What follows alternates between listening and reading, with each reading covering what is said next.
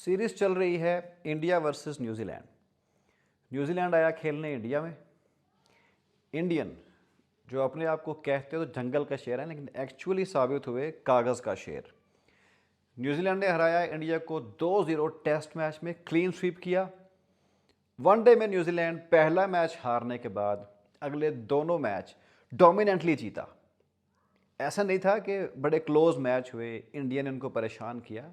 बड़े dominantly New Zealand अगले दोनों मैच जीता और न्यूजीलैंड ने पहली बार इंडिया के अंदर ओडीआई बायलैटरल सीरीज़ अपने नाम की। इससे पहले न्यूजीलैंड इंडिया में कोई वनडे सीरीज़ नहीं जीता हुआ था, तो ये पहला मौका था कि न्यूजीलैंड ने इंडिया को इंडिया के अंदर वनडे सीरीज़ में हराया।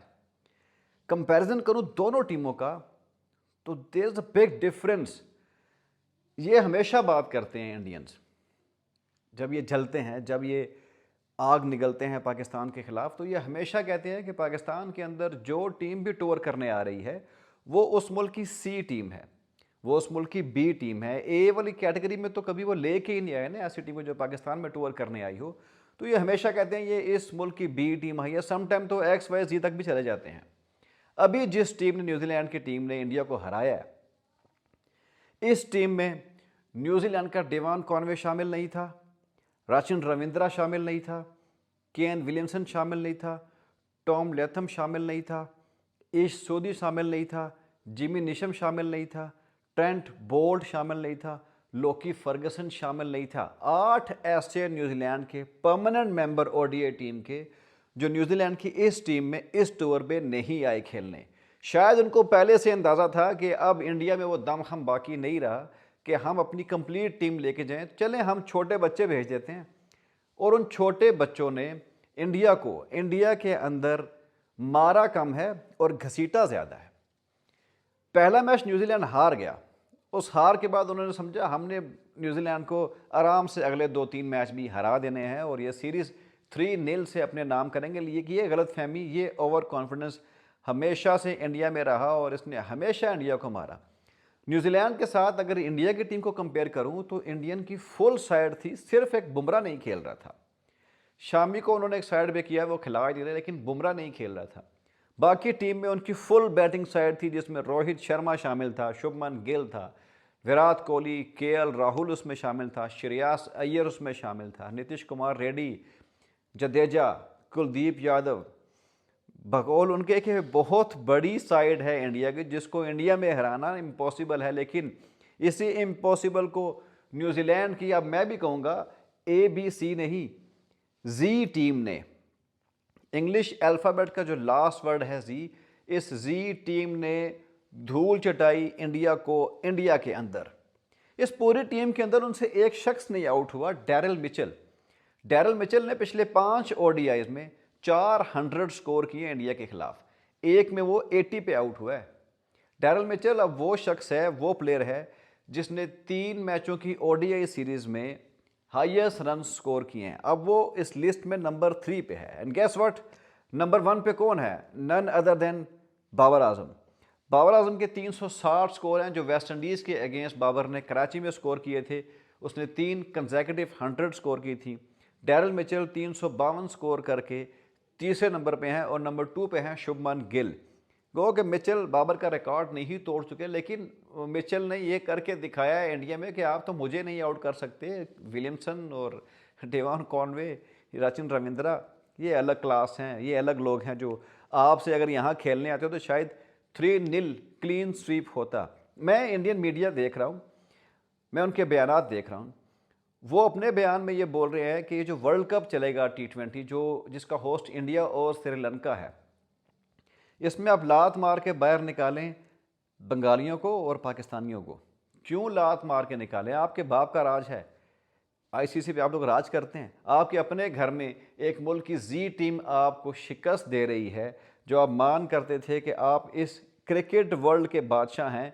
तो इस बादशाह को न्यूजीलैंड ने, उन कीवीज़ के बच्चों ने इस कदर पीटा कि अब मेरा नहीं ख्याल कि बादशाह दोबारा बादशाह अपने आप को कहलाने की जहमत भी गवारा करेगा।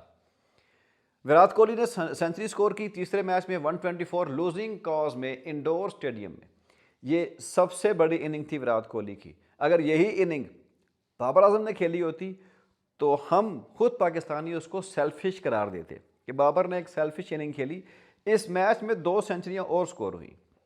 टेरल मिचेल ने 137 स्कोर किया और ग्लेन फिलिप्स ने 88 बॉल से 120 के स्ट्राइक रेट से 100 स्कोर की। उनके भी 3 आउट हो चुके थे, इनके भी 4 आउट हो चुके थे। तो इनके जो कागजी शेर हैं शुभमन गिल, श्रेयस अय्यर, जो आपको आईपीएल में या छोटी टीमों के खिलाफ खेलते नज़र तो आएंगे, लेकिन जैसे ही थोड़ा प्रेशर मैच आए ये रेत की तरह बैठ जाते हैं, इनसे खेला नहीं जाता, इनके हाथ पाँव फूल जाते हैं। अब तो अपकमिंग वर्ल्ड कप है और अब उनका मीडिया देखें तो वो तो गंभीर के पीछे पड़ा हुआ है हाथ धो के। और गौतम गंभीर के एरा में वाकई इंडिया ने ऐसे रिकॉर्ड कायम किए हैं जो इससे पहले कभी नहीं हुए थे। न्यूजीलैंड के साथ टेस्ट सीरीज़ में क्लीन स्वीप करवाना, साउथ अफ्रीका के अगेंस्ट क्लीन स्वीप होना, न्यूजीलैंड से वनडे सीरीज़ हिस्ट्री में पहली बार हार जाना, इन सारे बड़े बड़े कारनामों का सहरा गौतम गंभीर के सर जाता है। जी हाँ, वही गौतम गंभीर जो हमेशा से पाकिस्तान के ख़िलाफ़ रहे हैं। जब अल्लाह ने किसी को जलील करना हो ना, तो इंडिया सबसे बड़ी एग्जाम्पल है आज के दौर में, जिसको अपने ही घर में जलील किया जा रहा है और कोई एक टीम जलील नहीं कर रही। इससे पहले साउथ अफ्रीका इनको यहाँ जलील कर चुके हैं, अब उनको कीवीज़ ने जलील किया। अब इनका वो जो दौर है ना जलालत वाला, वो शुरू हो चुका है। अब इंशाल्लाह उनको वर्ल्ड कप में भी जलील किया जाएगा और इंशाल्लाह वर्ल्ड कप में पाकिस्तान उनको जलील करेगा। तो उन्हें अपनी आंखें खोलनी चाहिए, अपनी ज़ुबान संभालनी चाहिए, अपने गिरबान में झांकना चाहिए।